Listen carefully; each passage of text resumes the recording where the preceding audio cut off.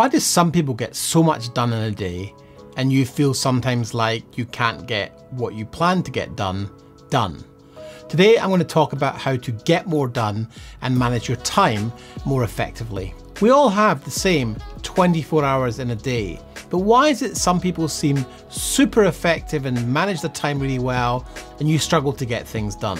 Well, today I'm going to show you how to get more done with some productivity hacks and tips and tricks I've picked up and implemented in my video business that I think will help you get more done in less time. If you're new to this channel, I have been in video production for almost 30 years, working across a broad range of genres for clients like Duran Duran, Cristiano Ronaldo, Robbie Williams, and Sony.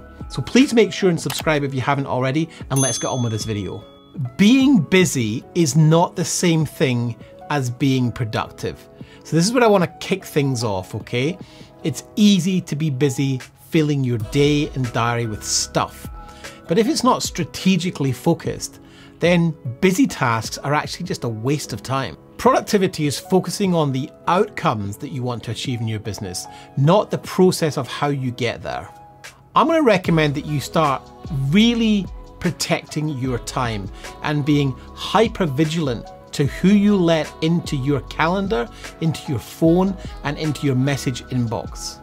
The first thing I recommend is turn off all automatic alerts on your phone, on the computer. Anything that can bing, beep, whir, purr, or otherwise that interrupts your flow is actually going to take you way off course, much more than you might think. When you get interrupted, it takes 20 minutes to regain focus back to the level you were at when you were in deep flow. So by protecting your time and not allowing people to disturb you, you can get more done in less time. Now, a tool I used for a while was called a Pomodoro timer, and this basically allows you to work in 25-minute blocks with a 5-minute break. And you can get apps like this on the App Store, but essentially what it is, it's a focus timer.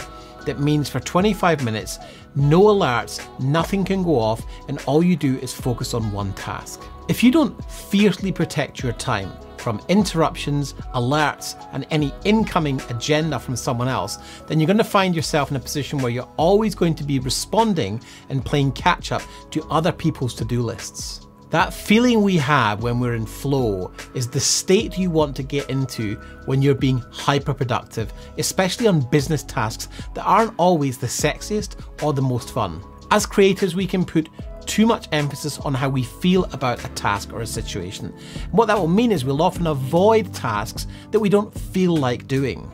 But some tasks just need focus and grit and a determination to get them done because they're good for your business outcomes. Take, for example, reaching out to 20 new contacts a day on LinkedIn.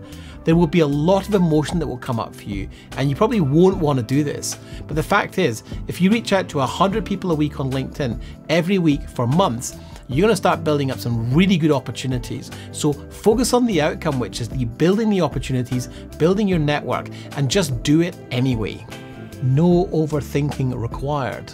Willpower is like a battery. Your day starts with lots of energy, and as the day goes on, your willpower depletes, like a battery depletes when it's being used.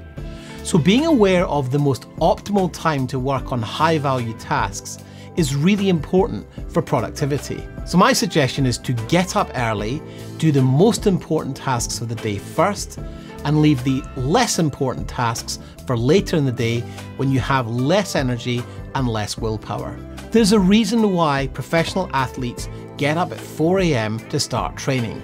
It's because they have the most energy and they want to get more done. Now, athletes don't especially enjoy getting up at 4 AM, but they do it because they recognize that the repetition and the energy that goes into doing the same thing consistently will achieve the outcome they want come race day.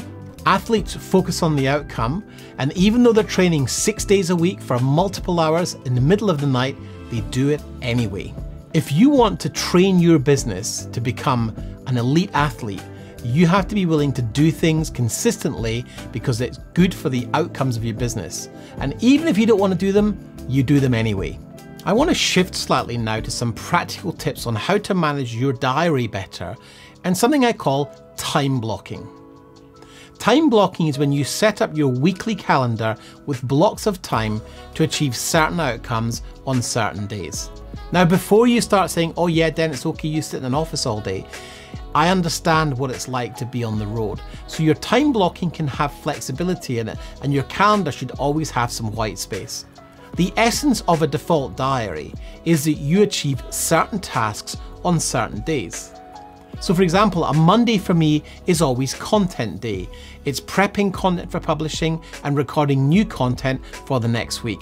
That means my calendar is not open under any circumstances on a Monday to anything outside of me producing content and publishing content.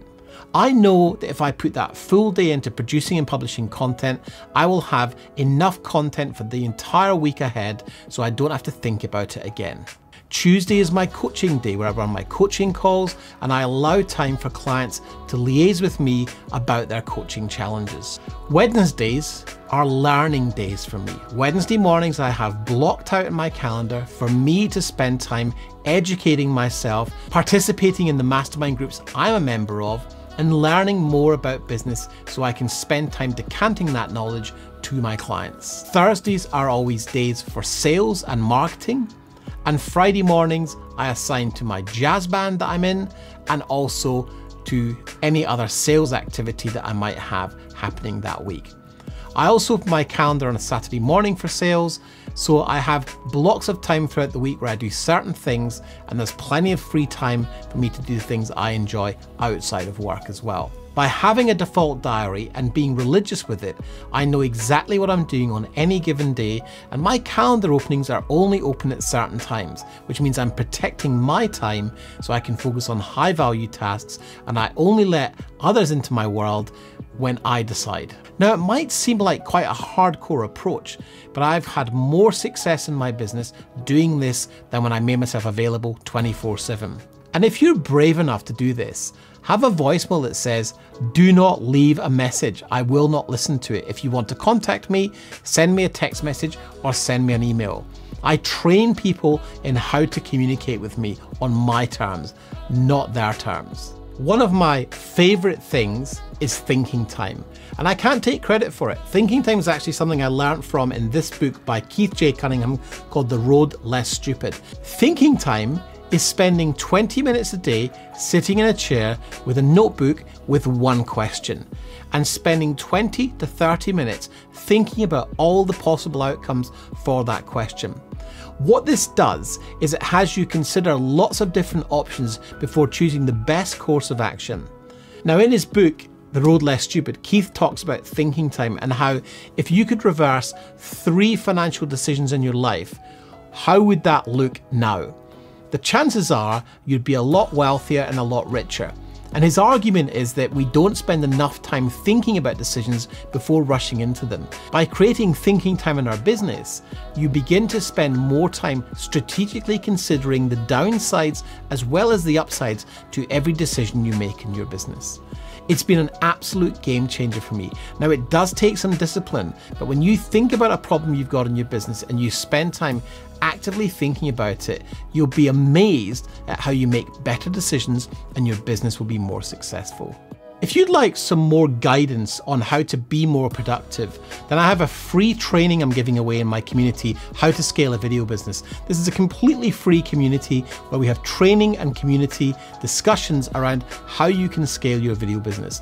And in this training, I share practical tips on how you can be more productive. So if you'd like a copy of that, just click on the link below or up on the screen and you can join that community for free.